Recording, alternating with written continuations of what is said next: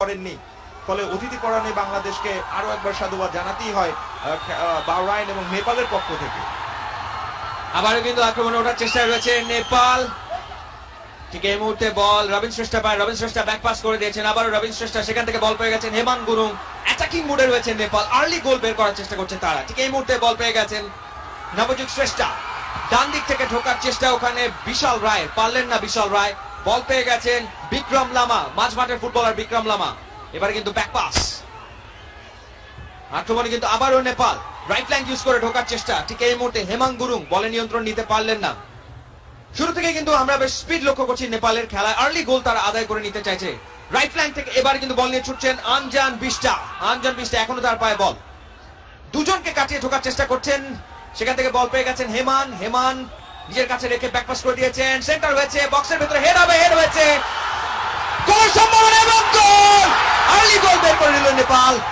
শুরু থেকেই তারা আর্লি গোলের চেষ্টায় ছিল এবং নাম্বার 25 বিমল মার্কার ইয়াংস্টার নেপালের দারুণ এক প্লেসিং শটে ওই গোলকিপার বাহরাইনের মাহবুবকে বোকা বানিয়ে জালে বল পাঠিয়ে দিলেন, গোল করলেন। ভীষণ রকম উচ্ছ্বসিত নেপাল দলের কোচ বিরাজ মহাজন এবং ভীষণ খুশি স্টেডিয়ামে খেলা দেখতে আসা নেপালি সমর্থকরা। দারুণ একটি দৃশ্য আমরা অ্যাকশন রিপ্লেতে আরো একবার দেখবো। বিমল মাগার তিনি কিন্তু এর আগেও খানিকক্ষণ আগে সুযোগ পেয়েছিলেন, সেই সুযোগটি তিনি মিস করেছিলেন, এবারে কিন্তু একেবারে মিস করেননি। দলের প্রয়োজনে পঞ্চম মিনিটে দারুণ ভাবে গোলরক্ষক মাহবুব আল দুসরিকে বোকা বানিয়ে প্রথম গোলের দেখা পেল এই মুহূর্তে নেপাল। এবং Bangabandhu gold cup 2016 presented by AB ব্যাংকের ফাইনালে 1-0 ব্যবধানে এগিয়ে গেল নেপাল প্রতিপক্ষ বাহরাইনের বিপক্ষে। কয়েকটি অ্যাঙ্গেল থেকে কিন্তু আমরা দেখছি দারুণ উল্লসিত এই মুহূর্তে বিমল ঘাটতিমা। লম্বা গোলকিপার বাহরাইন দলের সামনে বাড়িয়েছেন, সময় নষ্ট না করে বল গড়িয়ে গড়িয়ে সাইড লাইনের বাইরে যায়নি অবশ্য, এবার চলে গেল সাইড লাইনের বাইরে এবং থ্রো ইন। ঠিক এই মুহূর্তে নেপাল দলের অনুকূলে এই মুহূর্তে বাহরাইন দলের একজন ফুটবলার তিনি কিছুটা ব্যথা পেয়েছেন, নাম্বার 3 সালেম আদেল, তিনি পড়ে রয়েছেন এবং যথারীতি তারও টান লেগেছে, পেশিতে টান লেগেছে। ফুটবল মাঠের একেবারে রেগুলার দৃশ্য এটি, ফুটবলারদের টান লাগা, পেশিতে টান লাগা, কারণ 90 মিনিট এক নাগাড়ে ছুটতে হয়, তাদেরকে দৌড়তে হয়। আবারও অ্যাকশন দেখলে কেমন করে ওখানে ব্যথা পেলেন নাম্বার 3 সালেম আদেল বাহরাইন দলের। যেমনটা বলছিলাম যে টুর্নামেন্টের সারপ্রাইজ প্যাকেজ এই নেপাল। টুর্নামেন্ট শুরুর আগে কেউ হয়তো সেভাবে করে তাদের মহাজন নেপাল দলের কোচ এই মুহূর্তে বল পেয়েছেন আব্দুল্লাহ, স্কোয়ার পাস করে দিয়েছেন আব্দুল্লাহ ক্যাপ্টেনের উদ্দেশ্যে। আব্দুল আজিজ আল শেখ তিনি আবার স্কোয়ার পাস করলেন তার সতীর্থ ফুটবলারকে আবলাজিজ, সামনে বাড়িয়েছেন আবলাজিজ, উদ্দেশ্য আহমেদ, আহমেদ এখনো নিজের পায়ে রেখেছেন, তার কাছে বল কেড়ে নিলেন অঞ্জন বিষ্টা, অঞ্জন বিষ্টা। কিন্তু তার আগে কিন্তু দুজন ফুটবলার বিবাদে জড়িয়ে গেলেন, সেখানে বাহরাইনের নাম্বার 30 আহমেদ এবং নেপালের বিক্রম লামা পড়ে রয়েছেন। আবারও উত্তেজনা আজকে কিন্তু এই দৃশ্যটা আমরা বেশ কয়েকবার দেখেছি যে দুদলের ফুটবলাররা বিবাদে জড়িয়েছেন এবং সে কারণে খেলা বন্ধ করতে হয়েছে, পরিস্থিতি সামাল দিতে হয়েছে আজকের ম্যাচ রেফারি প্রাঞ্জল ব্যানার্জিকে। তবে এটা তো দেখেন যে শুরু থেকে কিন্তু খানিকটা দায়ী করা যাবে ওই বিক্রম লামাকে এবং সেই বিক্রম লামার সেই ভালোভাবে কিন্তু ট্যাকেল করেননি, সেটিকে কিন্তু শেষ পর্যন্ত ব্যক্তিগতভাবে নিয়েছিলেন এবং যেভাবে আছড়ে মারলেন। আগের স্ক্রিনে দেখছেন গণপ্রজাতন্ত্রী বাংলাদেশ সরকারের স্টেডিয়াম, বাইরে প্রচুর লোক দাঁড়িয়েছিল। বাংলাদেশ শেষ মুহূর্তে ওই মালয়েশিয়ার দেয়া গোলে 3-2 ব্যবধানে হেরে গিয়েছিল, তারপরেও ফুটবল কিন্তু নতুন এক প্রাণ পেয়েছিল। এবারে 2016 যে আয়োজন সমর্থন যোগাতে নেপালে যেমন দর্শকরা এসছেন, তেমনি বাংলাদেশেরও বেশ দর্শক এসছেন, তারা ভালো একটি ম্যাচ স্বচক্ষে দেখবার জন্য। এবং যারা বাসার ড্রয়িং রুমে বসে এই ম্যাচ দেখছেন সরাসরি, তারা কিন্তু সকলেই চোখ পেতে রয়েছেন চ্যানেল 9 এর পর্দায়। আমরা মনে হয় আরো একটি কার্ড দেখতে যাচ্ছি এবং রেড কার্ড এই টুর্নামেন্টে প্রথমবারের মতোই ইনফ্যাক্ট আমরা রেড কার্ড দেখলাম।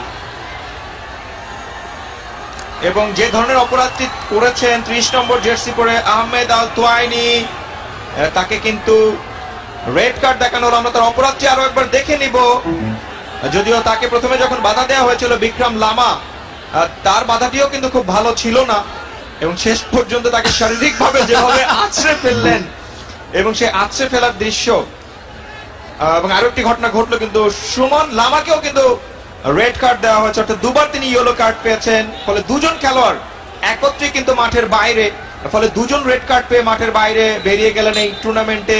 এই ধরনের ঘটনা ইনফ্যাক্ট প্রথম, যে দুই দলের দুজন খেলোয়াড় মাঠের বাইরে। 10-10 পরিণত হলো নেপাল এবং বাহরাইন দল। ঠিক এই মুহূর্তে কিন্তু নেপালের ফুটবলার বিক্রম লামা তিনি পড়ে রয়েছেন, তিনি আহত হয়েছেন। কিন্তু আমরা তেমন দৃশ্য দেখেছি।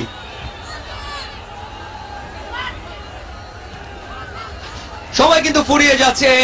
টুর্নামেন্টে টিকে থাকতে হলে, চ্যাম্পিয়ন হতে হলে দ্রুত গোল করতে হবে বাহরাইনকে। সেই চেষ্টায় তারা রয়েছে, এখন পর্যন্ত সফল হয়নি, তাদেরকে সফল হতে দেয়নি নেপালের ফুটবলাররা। যাও কারো একটা কাউন্টার অ্যাটাক রচনার চেষ্টায় নেপাল দল বল ক্লিয়ার করার চেষ্টায়, ওখানে বিমল মাগার বল পেয়ে গেছেন। বিমল মাগার ডিবক্সের ভেতরে বল ফেলেছেন, সাপোর্টিং কোনো ফুটবলার নেই, ছুটে আসছেন ক্ষিপ্র গতিতে ওখানে নেপাল দলের নাম্বার 9 অঞ্জন বিষ্টা। ডিবক্সের ভেতরে অঞ্জন বিষ্টা ঢুকে গেছেন, গোল সম্ভাবনা এবং দ্বিতীয় গোল। দারুণ এক গোল, কাউন্টার অ্যাটাক থেকে দারুণ এক গোল করলেন আগের ম্যাচের হ্যাট্রিক ম্যান সেই নবযুগ শ্রেষ্ঠা। এক্সিলেন্ট ফুটবল বলা যায় যে সেকেন্ড হাফে স্রোতের বিপরীতে গিয়ে দলের পক্ষে দ্বিতীয় গোল করলেন নবযুগ শ্রেষ্ঠা, এবং তার পায়ে নেপালের নতুন যুগের সূচনা হতে যাচ্ছে ফুটবলে, এমনটা আমরা বলতে পারি। বলাই যায় 17 বছর পর কোন ইন্টারন্যাশনাল টুর্নামেন্টের চ্যাম্পিয়ন হওয়ার পথে রয়েছে নেপাল। অসাধারণ একটি মুহূর্ত নেপালের ফুটবলের জন্য। নেপালের দর্শকদের উল্লাস কেনই করবেন না, যেখানে 1-0 ব্যবধানে এগিয়েছিল নেপাল দল, সেই জায়গাকে তারা 2-0 পরিণত করলেন। এবং ম্যাচের কিন্তু অন্তিম, আমরা অ্যাকশন রিপ্লেতে আরো একবার দেখবো কিভাবে এই গোলের সূত্রপাত হয়েছিল। এক্ষেত্রে অঞ্জন বৃষ্টাকে গোলের অন্যতম দাবিদার করতে হবে। তিনি কিন্তু শেষ পর্যন্ত কাটব্যাক করেছিলেন এবং তার সেই কাটব্যাকে দারুণ ভাবে যোগান দিয়েছিলেন ওই নবযুগ শ্রেষ্ঠা। তিনি পেয়ে গেলেন আজকের দিনের দ্বিতীয় গোল এবং তার ব্যক্তিগত প্রথম গোল। টুর্নামেন্টে এটি তার 4 নম্বর গোল। তিনি কিন্তু এককভাবে, ফলে আর 5 মিনিট রয়েছে ম্যাচের ভাগ্য। দেখা যাক সেই 5 মিনিটে কিছু করতে পারে কিনা। পাল্টা আক্রমণে যাওয়ার চেষ্টা, গোলরক্ষক বেরিয়েছেন, দেখা যাক যোগান দিতে পারেন কিনা। গোল! এবারে কিন্তু নবযুগ শ্রেষ্ঠা, নবযুগ শ্রেষ্ঠা তিনি কিন্তু গোলটি করলেন এবং দারুণ উল্লাস এই মুহূর্তে ভিআইপি গ্যালারিতে। নবযুগ শ্রেষ্ঠা এবং নেপাল দলে যারা রয়েছেন ভিআইপি গ্যালারি যারা দখল করে বসে আছেন, কেন তারা আনন্দ করবেন না? গত ম্যাচেরই কিন্তু খানিকটা পুনরাবৃত্তি ফাহিম। আমরা যদি দেখি যে গত ম্যাচে তারা শক্তিশালী মালদ্বীপকে 4 গোলের ব্যবধানে পরাজিত করেছিল। অ্যাকশন রিপ্লেতে আরো একবার দেখবো, গোলরক্ষক মাহবুব আল দোসরি বেরিয়ে গিয়েছিলেন, একেবারে ফাঁকায় পেয়েছিলেন। ওই নবযুগ শ্রেষ্ঠা হেড করে বল পাঠিয়ে দিলেন জালে এবং দলের পক্ষে 3 নম্বর গোল। 3-0 ব্যবধানে এগিয়ে গেল নেপাল দল বাহরাইনের বিপক্ষে। ও মা গো, ইউ আর গোল্ডেন বয় নবযুগ শ্রেষ্ঠা। অসাধারণ এক গোল, যে কম্বিনেশন আমরা দেখলাম ওই বিমল আর নবযুগ শ্রেষ্ঠার, এক কথায় অসাধারণ। বাদিক থেকে নিখুঁত নিখুঁত নিখুঁত ক্রস ছিল বিমল মাগারের। নবযুগ শ্রেষ্ঠা চমৎকার এক হেরারে বল জালে জড়িয়ে দিলেন এবং নিশ্চিত করে ফেললেন নেপালের চ্যাম্পিয়ন হওয়ার কন্যা শেখ হাসিনা, যিনি ক্রীড়াকে খুবই পছন্দ করেন, ক্রীড়াপ্রেমী মানুষ। এবং শেষ বাঁশি বাজিয়ে দিলেন আজকের রেফারি রঞ্জন ব্যানার্জি। আনন্দে আত্মহারা হয়ে গেছে নেপালের ফুটবলাররা। 17 বছর পর কোন ইন্টারন্যাশনাল টুর্নামেন্ট খেলতে এসেছে নেপাল, ফাইনালে উঠেছে তারা এবং চ্যাম্পিয়ন হয়েছে নেপাল। নেপালকে অনেক অনেক অনেক অভিনন্দন আমাদের পক্ষ থেকে। যে মানের ফুটবল তারা খেলেছে সেটা এক কথায় অসাধারণ। লাল সবুজ বেলুন বঙ্গবন্ধু স্টেডিয়ামের আকাশে উঠছে। প্রধানমন্ত্রী শেখ হাসিনাকে আপনারা দেখছেন, তিনিও হাততালি দিয়ে সাধুবাদ জানালেন নেপালের ফুটবলারদেরকে যারা দুর্দান্ত খেলেছে এই টুর্নামেন্টে। সেমিফাইনালে মালদ্বীপকে